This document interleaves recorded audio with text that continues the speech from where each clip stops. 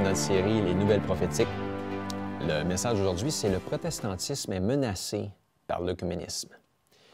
Aujourd'hui, pour notre message des Nouvelles prophétiques, on va encore regarder les nouvelles qui concernent le pape et son agenda d'unité ou d'œcuménisme. Dans un autre message des Nouvelles prophétiques, on avait parlé du pape François qui a appelé les charismatiques d'Amérique et d'Europe à s'unir sous l'autorité de Rome. La prophétie biblique avait annoncé cette union du catholicisme, protestantisme et du spiritisme. Maintenant, j'aimerais vous montrer d'autres nouvelles historiques et prophétiques. Par exemple, le 8 juin 2014, le pape a rencontré le président Israël Shimon Peres, le président palestinien Mahmoud Abbas et Barthélemy Ier, le patriarche de l'Église orthodoxe de Constantinople qui réside en Turquie. Non seulement cette rencontre historique de 2 heures s'est déroulée dans les jardins du Vatican, mais pour la première fois au Vatican, les prières islamiques offertes à Allah en arabe furent entendues et mêlées aux prières bibliques en hébreu et aux prières catholiques en italien et en anglais. Impressionnant. Depuis son élection, le pape a rencontré presque tous les plus influents dirigeants des grandes religions du monde. Clairement, le pape François veut se positionner comme le médiateur par excellence, l'agent de paix ultime, comme le courtier ou le middleman, le broker international politique et religieux. Le pape a depuis lors rencontré plusieurs dirigeants des églises protestantes comme Joel Osteen, Russell Moore, N.T. Wright, T.D. Jakes et Rick Warren. Warren dit que le pape François est le pape de tous les chrétiens du monde et que toutes les dominations chrétiennes devraient s'unir avec la Rome papale. Des commentaires quand même étonnants, mais pas surprenants parce que la prophétie nous avertit de cette union entre les catholiques et les protestants en Amérique. Ces 5 hommes ont une influence inimaginable sur des millions de chrétiens protestants aux États-Unis et c'est inquiétant de voir à quel point ces hommes-là veulent si facilement et si rapidement s'unir avec la papauté. Plus récemment, plusieurs de ces mêmes dirigeants, avec d'autres, ont formé un groupe appelé le mouvement Jean XVII et ont organisé un rassemblement de réconciliation entre catholiques et protestants.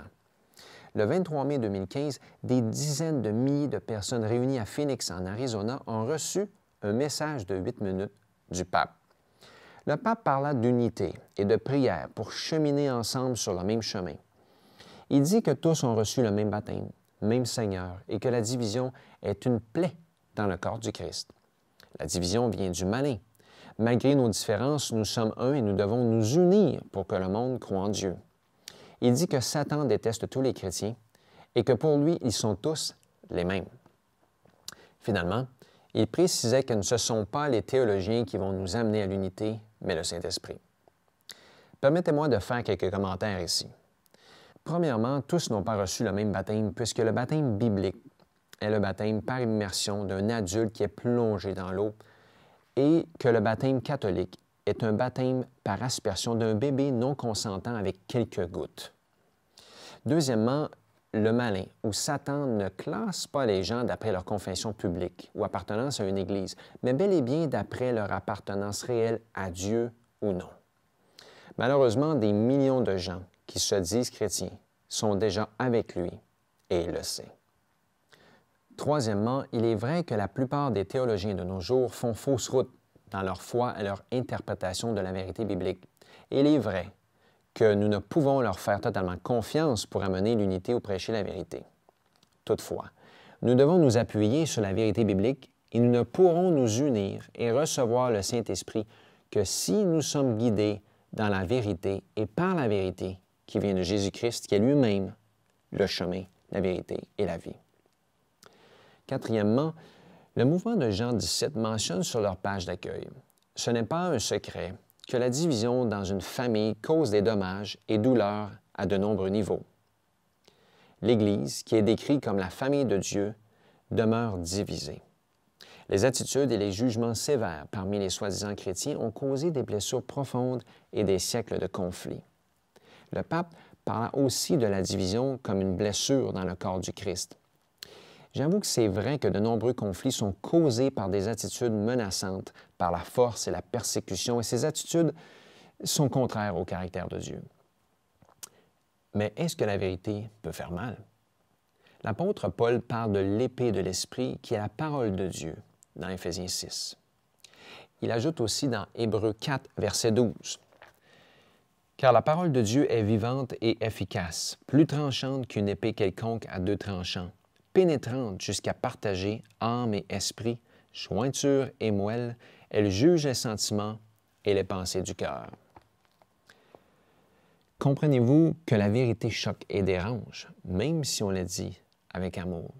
D'ailleurs, je suis conscient qu'il y en a peut-être qui regardent cette vidéo et qui sont choqués par mes propos, mais je vous invite à vérifier que c'est bel et bien la vérité qui vient de la parole de Dieu.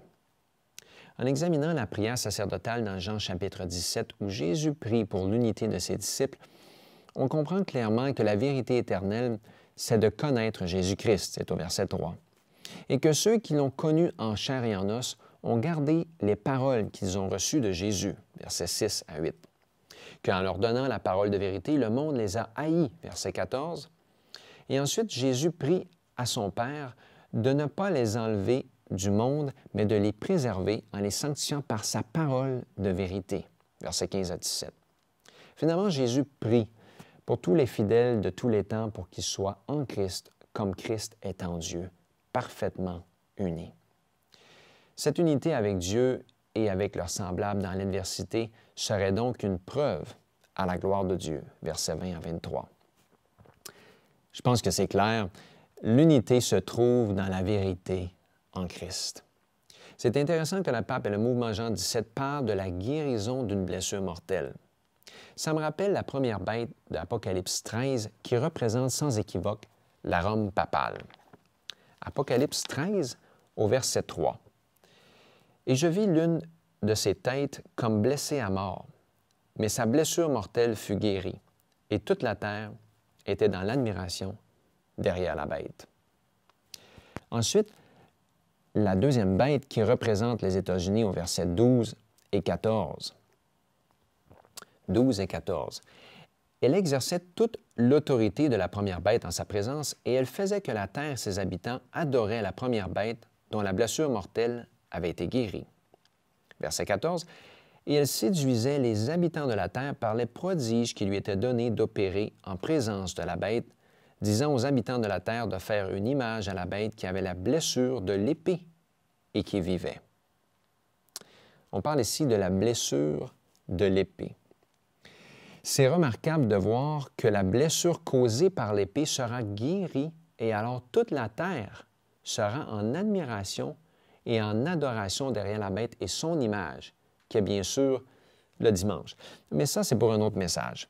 Ne vous laissez pas tromper, chers amis, par ces propos d'unité et de dialogue.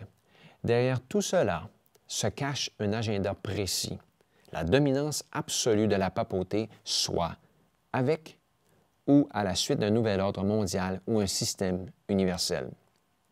Pourtant, quelle que soit la cause de l'appel récent du pape, ne pensez pas un seul instant que ce moyen pour l'unité signifie que l'Église romaine est prête à renoncer à ses croyances non bibliques ou de renoncer à ce qu'elle considère comme son autorité légitime universelle.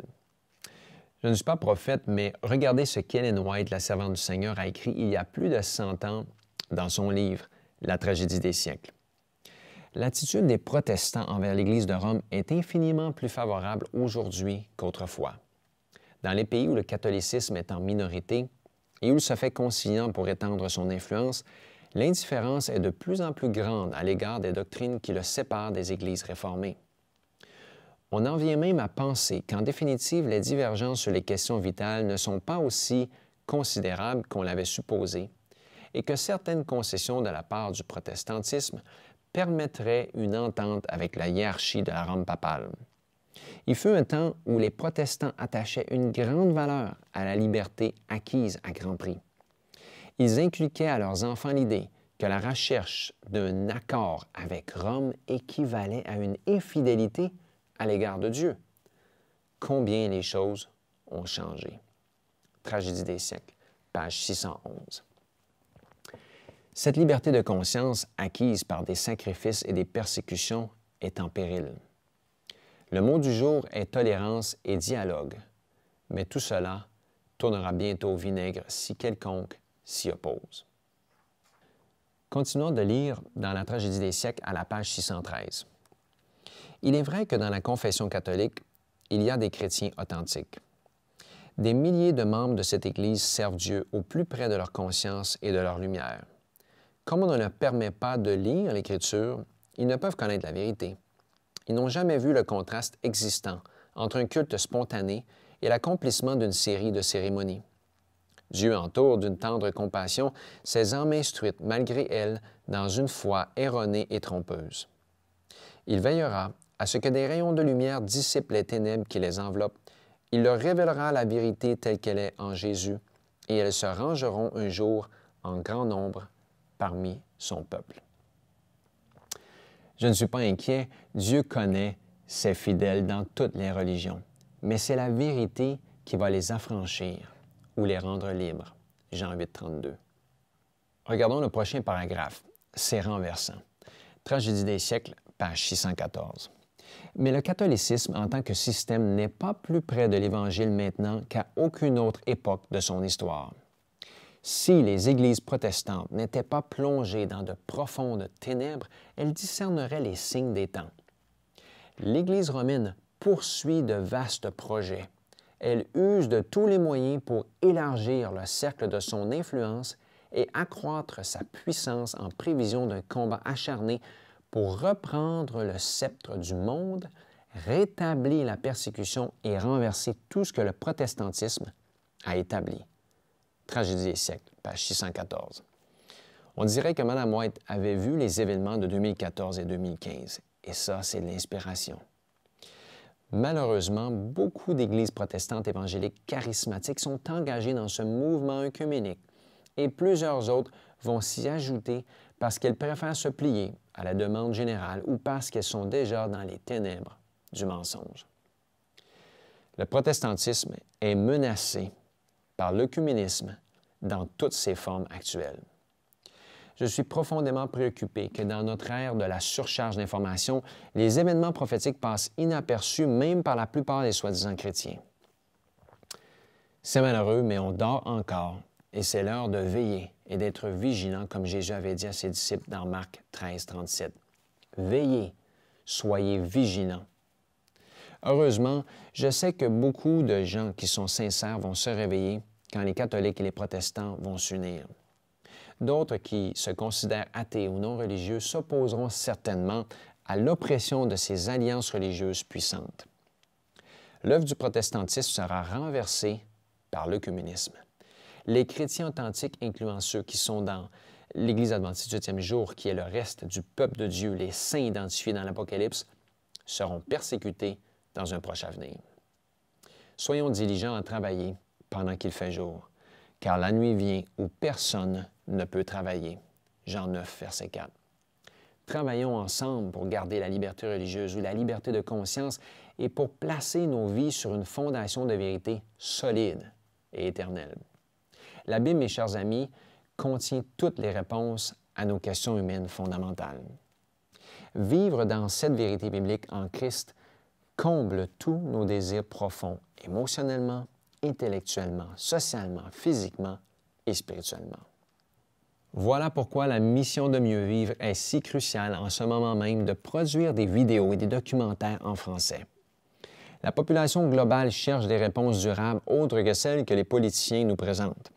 Les gens intelligents savent que le monde s'en va vers une fin certaine et ça ne peut pas continuer comme ça indéfiniment. Partout, les gens se posent des questions sur la Bible et la prophétie. Nous, on ne peut pas négliger cette occasion pour révéler la vérité de Dieu à un monde inoptisé par la bête, le terrorisme ou le plaisir. Nous avons encore le temps d'avertir le monde que la fin est proche et que la Bible est un guide sûr et certain pour l'avenir.